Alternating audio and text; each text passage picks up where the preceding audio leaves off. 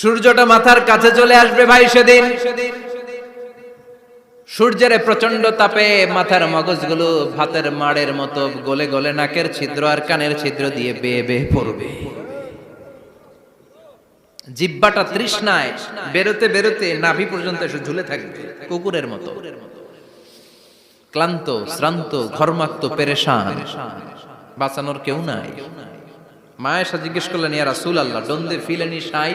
Nobody belong any garment in their body, no dress in their body. তাদের দেহে কোনো dress নাই, পোশাক নাই। নবী রে, এতগুলো মানুষ উলঙ্গ, লজ্জা লাগবে না? বিশ্বনবী বললেন, আয়েশা তুমি লজ্জার চিন্তা করো, সেদিন বাবা ছেলেরে দেখে দৌড়ে পালাবে।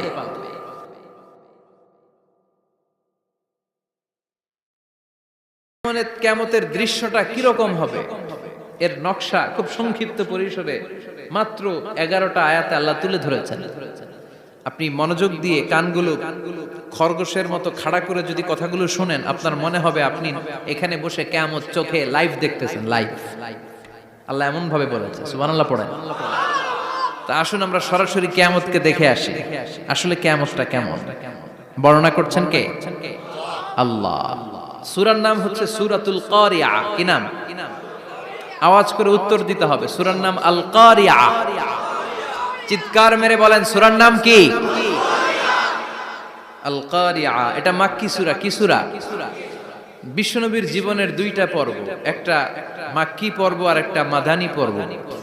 এটা মাদানী পর্বে নাজিল হয়নি, এটা নাজিল হয়েছে মাক্কি পর্বে। এই সূরার আয়াত সংখ্যা 11।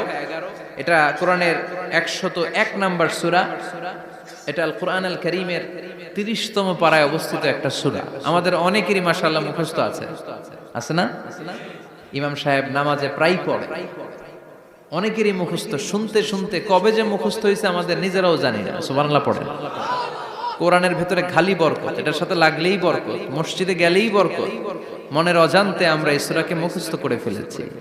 কিন্তু এই সূরার ভেতরে যে আল্লাহ কোরআনের এত কিয়ামতের এত চমৎকার নকশা এঁকেছেন, এত প্রামাণ্য বর্ণনা দিয়েছেন, এটা আমরা অনেকে জানিই না। আসুন আমরা এই সূরার আলোকে দেখার চেষ্টা করি যে কিয়ামতটা কিরকম হবে। আল্লাহ একটা শব্দকে এই সূরার শুরুতে 3 বার উল্লেখ করে আমাদের দৃষ্টি আকর্ষণ করেছেন।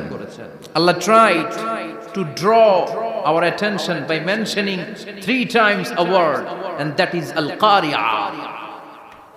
আল-কারিয়া শব্দটাকে তিনি 3 বার উল্লেখ করে আমাদের দৃষ্টি আকর্ষণ করেছেন। একটা শব্দ 3 বার বললে মানুষের দৃষ্টি আকর্ষিত হয় না? যেহেতু এটা আরব দেশে নাজিল হয়েছে, আবার মক্কায়,